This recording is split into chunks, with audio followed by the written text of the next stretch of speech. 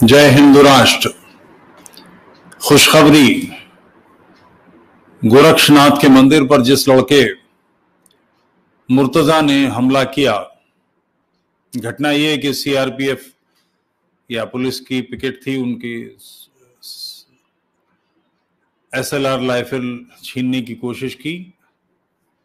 उसके बाद कांता या वो दाव जिसे कहते हैं नॉर्थ ईस्ट में, वो निकाल लिया।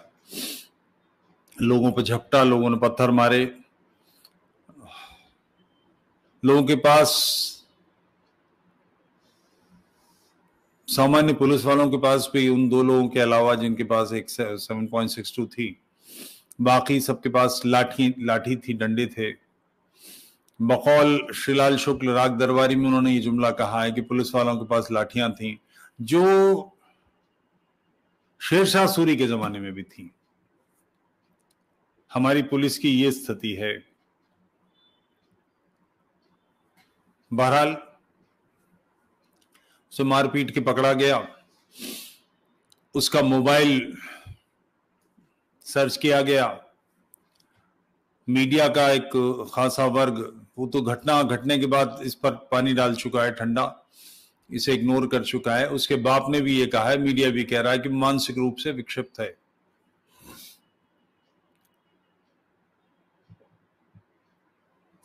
विक्षिप्त व्यक्ति ने मंदिर चुना हमला करने के लिए, राइफल लूटने के लिए चुनी। उसे कोई मस्जिद नहीं मिली रास्ते में, मुंबई से सीधा गोरखपुर आया, बीच में कोई मस्जिद नहीं मिली। कहीं उसको नहीं लगा कि ये दीनदारों पर हमला होना चाहिए। नहीं, दीनदार तो उसके अपने हैं। विक्षिप्तता के बावजूद इतनी अकल है।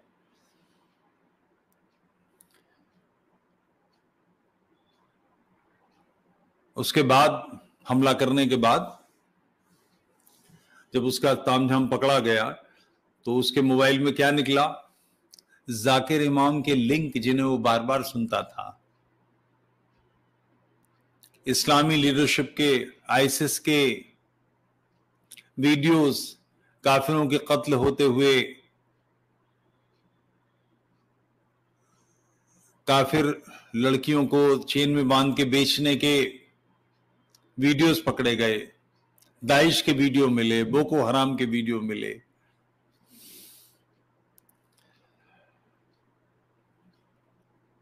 ये वही परंपरा का, उसी श्रृंखला का व्यक्ति सिद्ध हुआ जैसे शर्जील इमाम, जो भाषण दे रहा था शाहीन बाग में। भारत का नक्शा देखिए तो जो हमारा 7 सिस्टर्स हैं, बांग्लादेश से लगता हुआ इलाका, त्रिपुरा, असम, मेघालय, अरुणाचल, नागालैंड, मिजोरम वगैरह, उनको बीच में जोड़ने वाली छोटी सी एक पट्टी है। ये भी मुस्लिम बहुल है। इसको चिकन नेक कहा जाता है। वो भाषण में जब तक चिकन नेक नहीं कटेगी, हिंदुस्तान की अकल ठिकाने नहीं आएगी। इसको अलग करना होगा। आप सोच सकते हैं कि उनकी आंखों में क्या सपना है। वही शर्जील इमाम की परंपरा, वही उमर खालिद की परंपरा। कश्मीर फाइल्स में जो राशन का चावल नहीं लेने दे रहे, काफिरों को नहीं लेने देंगे। तुम्हारे बाप उगाते हैं चावल, भारत प्रोडक्शन करता है। इसका सारा प्रोडक्शन, एक बड़ा हिस्सा, जितना कश्मीर का हिस्सा होना चाहिए, उससे 10 गुना 20 गुना हमसे लेता है। आपको ध्यान होगा, मोदी जी जो पहली रैली में कश्मीर गए थे, भाषण दे रहे हैं लंबे चौड़े, कितना दे दूं, 50,000 करोड़, लोग भीड़ ताली बजाती, 70,000 करोड़, 1 लाख करोड़। एक हाथ में कुरान और दूसरे हाथ में कंप्यूटर। ये उस कुरान और कंप्यूटर के दर्शन का परिणाम है। आईआईटी का शर्जील भी और ये मुर्तजा भी, दोनों आईआईटी के प्रोडक्ट हैं। आईआईटी में एडमिशन आसानी से नहीं मिलता। लोगों के जीवन का सपना होता है कि आईआईटी में एडमिशन मिल जाए। उसको पढ़ने के बाद उसने क्या किया, छोड़िए उसने क्या किया, ऐसे ही जहानत भरे लोग, जो लोग सोचते हैं कि ये आर्थिक समस्या है, कश्मीर की समस्या का समाधान क्या, वहां धंधे दो, हरामखोरी के जितने ये शेख अब्दुल्ला और इसके खानदान के सुअर हैं, इन सबको पैसा दे दो, ये खा जाएंगे, और इसकी बिरादरी की और इसके साथी और उसके फलाने, उसका नतीजा सुधरा कश्मीर। 9/11 करने वाले लोग कौन थे? ये कंप्यूटर और कुरान वाले ही थे। 6-7 साल उन्होंने ट्रेनिंग ली। बोइंग उड़ाना सामान्य चीज नहीं है, ये बैलगाड़ी चलाने जैसा है, साइकिल चलाने जैसा नहीं है। कुछ साल उन्होंने जर्मनी में, फ्रांस में, अलग अलग देशों में ट्रेनिंग ली। उसके बाद अमेरिका गए, बरसों वहां रहे, ट्रेनिंग लेते रहे। शाम गुजारने के लिए दोस्तियां भी की होंगी, रेस्टोरेंट भी गए होंगे, गर्लफ्रेंड भी बनाई होंगी, मस्तियां भी की होंगी, सब काम किए, मगर एक बिल्कुल साफ सोच, कुफ्र से निपटना है, काफिर वाजिबुल कत्ल, काफिर मार डालने के लायक है, क़िताल फी सबीलिल्लाह, अल्लाह की राह में कत्ल करो, जिहाद फी सबीलिल्लाह, अल्लाह की राह में जिहाद करो। ये बिल्कुल स्पष्ट दर्शन। इस चिंतन से निपटने का हल क्या है? मदरसों में कंप्यूटर देना। तो अभी तक मदरसे जो वो कांटे से या दाव से काम कर रहे थे, छुरे और चाकू से सोचते थे, उनके ध्यान में यह है कि हम 150, 160, 170 करोड़ कुछ हैं, तलवारें हैं हमारे पास, और दूसरी तरफ कोई नहीं है, कमजोर लोग हैं, धोती पहनने वाले पिलपिले बनिए बामन हैं, जिनकी ये मानसिकता है। इसके बावजूद मानसिकता है कि सन 71 में 1 लाख यही तलवार वाले, यही टैंक वाले, यही तोपों वाले, यही हवाई जहाज वाले, थूथनी रगड़ दी गई। जो बड़े 30 मारखा थे जो हिंदुस्तान पे, जिन्होंने लाखों बंगाली हिंदुओं के खून से अपने हाथ रंगे, लाखों हिंदू लड़कियों के साथ रेप किया, 2 करोड़ के आसपास तो भारत आ गए थे। जब बराबरी के लोगों से सामना हुआ तो पैंट पीली हो गई, 10 लग गए, काफिरों ने भुस भर दिया। पिछले 100 साल में सारी दुनिया में मुसलमान जूते खा रहा है। जहां भी विकास हुआ है तो वो विकास उनके कारण नहीं हुआ। एक भौगोलिक परिस्थिति है कि अरब में तेल है, उस तेल को निकालने में अरबों का कितना योगदान है? उन्होंने क्या करा है? कंपनियां गोरों की, लेबर भारत पाकिस्तान इधर उधर की, टेक्नोलॉजी उनकी, ये तो सिर्फ उस पर जो उनकी रॉयल्टी मिलती है वो ले रहे हैं। उस रॉयल्टी के नतीजे में अरब का मामूली बद्दू भी हैदराबाद में आके अरबी निकाह करता है। 12, 13, 14, 15, 17, 18 साल की लड़की से 60-65 बरस का अरब निकाह करता है। 2 रातें 4 रातें जितना उसका मन होता है गुजारता है, उस लड़की को यौन रोग देता है और तलाक दे देता है। अल्लाह की जो सिस्टम है कि उसे निकाह करना चाहिए, 4 निकाह जायज हैं, उसने 1 निकाह और किया, उस लड़की के साथ में यौन संबंध बनाए, 2, 3, 4, 5 दिन गुजरा, उसके बाद तलाक दे दिया। अब वो लड़की किसी और के लिए, अरबी निकाह एक पूरा हैदराबाद और उस तमिलनाडु के इलाकों में एक पूरा रैकेट चलता है वेश्यावृत्ति का। ये इस्लामी वेश्यावृत्ति है। वैचारिक रूप से, बौद्धिक रूप से अरबी दुनिया, बल्कि इस्लामी दुनिया, भारत के मुसलमानों को छोड़ दीजिए, पाकिस्तान के मुसलमानों को छोड़ दीजिए, बांग्लादेशी मुसलमानों को छोड़ दीजिए, क्योंकि ये हिंदुओं से कन्वर्टेड हैं, इन पर इस्लाम पूरी तरह से असर नहीं कर पाया है। इस्लाम ने भारत से हिस्सा तोड़ लिया है, मगर वहां के मुसलमानों को पूरी तरह से दीनी नहीं बना पाया। जो असली इस्लाम होता है वो नहीं बना पाया है। हमको बदल दिया उसने, हमारे हिस्सों से बदलाव किया, हमारे लोगों को भ्रष्ट किया, मगर पूरी तरह से वैसा नहीं बन पाए। तो इन लोगों को छोड़ दीजिए, सारी दुनिया, सारी मुस्लिम दुनिया वैज्ञानिक रूप से, ललित कलाओं में, किसी भी आविष्कार में बिल्कुल कोरी है। आखिरी इस्लामी जो आविष्कार है वो चारपाई का है, मुश्ताक अहमद सूफी साहब का, पाकिस्तान के जो लेखक है उनका जुमला है। चूंकि चारपाई का इस्तेमाल करना है इसलिए वही उन्होंने आविष्कार किया, उसके बाद कोई आविष्कार नहीं किया। कुछ भी नहीं बनाते, ना अतीत ना वर्तमान, भविष्य कहां से आएगा? तो भविष्य बनाने के लिए गुंडाई चाहिए, आक्रमण चाहिए, काफिरों की चीजें छीन झपटना, जो काम शर्जील इमाम जिसकी दावत दे रहा है, मुर्तजा जिसका काम कर रहा है। ये लगातार उनके जहन में, चूंकि व्यक्तिगत क्षमताओं से कुछ नहीं कर सकते। कोई मुझे 4 यूनिवर्सिटी का नाम बताएगा? संसार की 100 बड़ी यूनिवर्सिटी में, 200 बड़ी यूनिवर्सिटी में कोई एक इस्लामिक कंट्री की यूनिवर्सिटी है? क्योंकि यूनिवर्सिटी के लिए तो आपको विद्यालय बनाने पड़ते हैं, आप तो मदरसे खोलते हैं, जो क़िताल फी सबीलिल्लाह पढ़ाते हैं, तो उसका नतीजा क्या होगा? अध्ययन करने वाले लोग कहां से आएंगे? ये यूं ही नहीं है कि बड़े पैमाने पर इस्लामियों के अंदर इस्लाम छोड़ने की होड़ है। एक्स मुस्लिम ढेरों चैनल खुल रहे हैं, अकारण नहीं हो रहा है, क्योंकि रेडिकल इस्लाम, जो असली इस्लाम है, यही है असली इस्लाम। अगर कोई इससे कम है तो समझ लीजिए अभी उसके पक्के मुसलमान बनने में कसर है।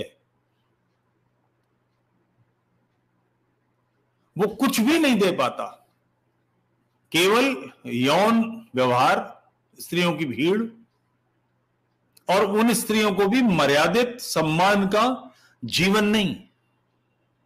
वो महिलाएं भोगदासी से अधिक कुछ नहीं है। एक बढ़िया घटना जो मैं मक्का से मदीना हिजरत के सिलसिले में इस्तेमाल करता हूं, और ऐसा नहीं कि मैं इस्तेमाल करता हूं, इस घटना को मदरसे के बच्चों से पूछिए, सबको मालूम है, कोर्स में पढ़ाई जाती है।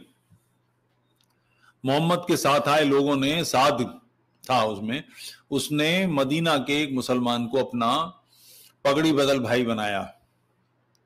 मेरे ख्याल से इसके लिए पगड़ी बदल शब्द ही ठीक नहीं है, इसको तो शलवार बदल या इजारबंद बदल या नाड़ा बदल भाई कहना ज्यादा मुनासिब है।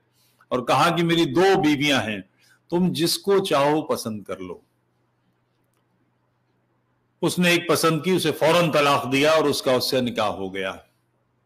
इसमें कोई जान नहीं है, ये गाय भैंस बकरी उठा के दे दी, इसकी कोई इच्छा अनिच्छा नहीं होती। हाँ, यही तो मतलब है। किसी को इस बात का हक है इस्लामी दृष्टि से कि वो अपनी पत्नी को तलाक दे दे, हिंदुओं को भी अपनी बीवी को डिवोर्स देने का हक है, मगर डिवोर्स दिलवा के किसी दूसरे से ब्याह देंगे, इसका अधिकार हमको कैसे? मगर इस्लामी रीति यही है। तो वो लोग सेक्स और व्यापार और लूट खसोट, इसके अलावा कुछ नहीं। संसार इस समस्या से निपटना चाहता है, उसको निपटना पड़ेगा, इसके पास विकल्प नहीं है। सभ्य समाज के पास इनको सुधारने का, अगर सभ्य संसार को जीना है तो इसका कोई विकल्प नहीं है। ऐसी असभ्य स्थिति कि कोई आदमी मंदिर पर हमला कर दे, चर्च पर हमला कर दे, ऐसा नहीं कि चर्च बचे हुए हैं, ऐसा नहीं कि सिनेगॉग्स बचे हुए हैं। तुर्की का एक मशहूर जो चर्च था, उससे पहले बौद्ध स्तूप था, उससे पहले मूर्ति पूजकों का, पेगन्स का था, यानी हमारा था, उसको मस्जिद में बदला ना, अर्दोगन ने बदलवाया। ये पढ़े लिखे संसार में सबसे अधिक यूरोप के निकट या यूरोपीय सभ्यता के निकट जो देश है वो तुर्की है। तुर्की का प्रधानमंत्री कर रहा है ऐसे करतूत, और इसकी इस करतूत के खिलाफ तुर्की से आवाज नहीं उठी, दुनिया से आवाज नहीं उठी, इस्लामी देश ने आवाज नहीं उठाई। इस्लामी देश कहां से उठाएंगे जब ईसाई देशों ने आवाज नहीं उठाई? अगर आप अपने अधिकार के लिए नहीं लड़ सकते तो कोई और क्यों लड़ेगा? तो ये बात समझ लीजिए, ये वो समूह है जिसके मस्तिष्क में 24 घंटे हम शैतानों से घिरे हैं, हम काफिरों से घिरे हैं। अल्लाह ने ये धरती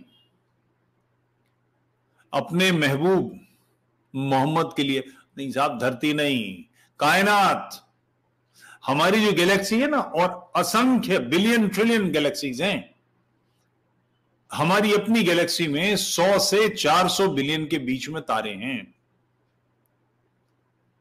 चिंतन की अद्भुतता विद्वता देखिए कि वो ये कल्पना करते हैं 100 से 400 बिलियन तारे की गैलेक्सी में एक टुइया सा छोटा सा ग्रह पृथ्वी, ऐसे तारे हैं गैलेक्सी के एक कोने से दूसरे कोने तक प्रकाश को जाने में 1,00,000 वर्ष लगेंगे।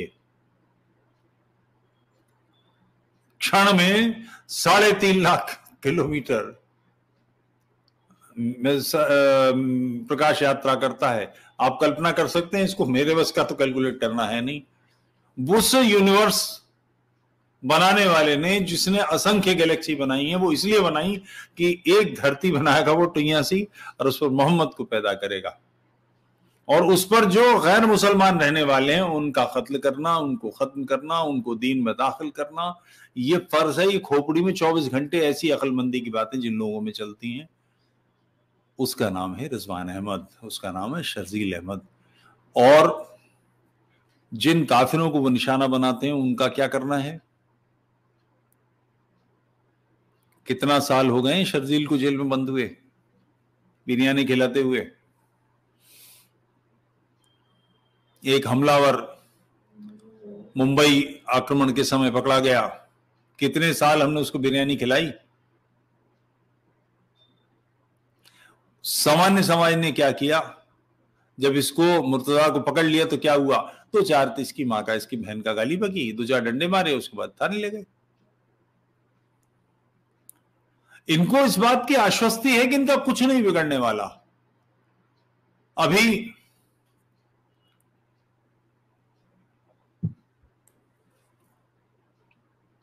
इमामों की कोई पलटन, कोई इस्लामी लीडर, कोई देवबंदी समूह, कोई बरेलवी मुल्लाओं का समूह इनके फेवर में कोर्ट में वकील उतार देगा।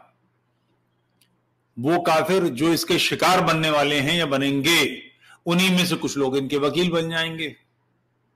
कांग्रेस के बड़े बड़े 30 मार्का वकील हैं ना इन्हीं कामों के लिए, जो राम जन्मभूमि के विषय में कोर्ट पहुंच गए थे ये कहने के लिए कि राम का अस्तित्व नहीं है, राम तो काल्पनिक नाम है, वो इनके पक्ष में लड़ेंगे। और वो इस बात को नहीं समझते कि इनके पूर्वजों के साथ क्या किया था उन्होंने। 1947 में कितने साल हुए हैं, कश्मीर से निकले कितने साल हुए हैं। तो ये कुफ्र और ईमान की लड़ाई बिना पौरुषवान बने, बिना प्रत्याक्रमण किए, बल्कि आक्रमण की पहल किए, जवाबी आक्रमण नहीं, पहल आपको करनी पड़ेगी। इस चिंतन को ध्वस्त किए बगैर, नेस्तनाबूद किए बगैर कैसे जीती जा सकती है? राष्ट्र को सुरक्षित रहना है और यह अनिवार्य कार्य है, अन्यथा राष्ट्र नष्ट हो जाएगा। अफगानिस्तान में नष्ट हुआ ना। महमूद गजनवी का इतिहासकार लिखता है कि कुछ 100 लोग अफगानिस्तान में महमूद गजनवी के समय में मुसलमान हुए थे। अभी कुछ समय पहले इसी साल सरों पर गुरु ग्रंथ साहब रखकर हमारी आखिरी खेप निकल आई उस देश से, भारत के उस भाग से जो हमारा मूल है, हमारा अपना है, उसने हमें निकाल दिया। पाकिस्तान में आज 1% से भी कम रह गए हैं। विभाजन हिंदुओं ने नहीं मांगा था, उनको उस क्षेत्र में छोड़ दिया गांधी और नेहरू ने, मरने के लिए, कुचले जाने के लिए।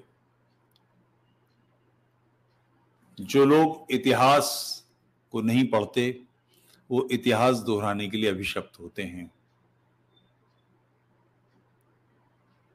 1400-1500 वर्षों से विश्व भर में और 1300 वर्षों से इस भूभाग पर गज़वाए हिंद की कार्रवाई चल रही है। 1500 सालों से कुफ्र और ईमान की लड़ाई उन लोगों की तरफ से चल रही है जो कुफ्र से लड़ने के नाम पर संघर्ष कर रहे हैं, भिन्न भिन्न देशों में फैल रहे हैं, संख्या बल बढ़ा रहे हैं। यूरोप डगमगाने लगा है, बहुत अधिक समय यूरोप नहीं लगेगा। फ्रांस की दुर्गत हो ली, ब्रिटेन के मोहल्लों में, इलाकों में शरिया आ गया, यानी वहां कोई मुसलमान अपनी बीवी को पीटेगा तो पुलिस वाला उसकी बीवी की तरफ से कुछ नहीं कर सकता कि ये उसका शौहर होने का हक है, इस्लामी हक है। बीवी को पीटना शौहर को उसका अधिकार है, कुरान में आयत है, बीवियों को तन्हा छोड़ दो बिस्तरों पर और उन्हें मारो, ये उनका हक है। शरिया वाले इलाके में नहीं हो सकता। तो सभ्य संसार को, इस विश्व को बचाना है कि नहीं, उसके पास यही है। सारी कायनात में उसने, अल्लाह मियां ने ये धरती बनाई, ऐसी बौड़म बात से कोई मतलब नहीं, मगर जिस जगह को हम सुरक्षित रखते हैं, जिसमें चैन शांति, जहां हमारे बच्चे रहते हैं, मेरे बेटे बेटी खेलते हैं, मेरे पोते पोती जहां सांस लेंगे, उस धरती को, उस मोहल्ले को, उस शहर को, उस जिले को, उस प्रांत को, उस देश को, उस सृष्टि को, उस पृथ्वी को मैं सुरक्षित बनाऊंगा कि नहीं? ये बहुत गंभीर प्रश्न है। इस प्रश्न को सोचिए और इसमें अपना करणी तय कीजिए। जो केवल एक चीज है, पौरुषवान बनिए। पौरुष का कोई विकल्प नहीं है।